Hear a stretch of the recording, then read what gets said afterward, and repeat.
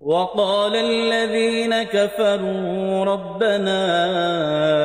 أرنا الذين أضلانا من الجن والإنس نجعلهما تحت أقدامنا ليكونا من الأسفلين إن الذين قالوا ربنا الله ثم استقاموا تتنزل عليهم الملائكة ألا تخافوا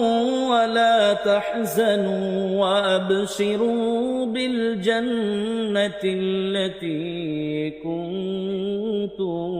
توعدون.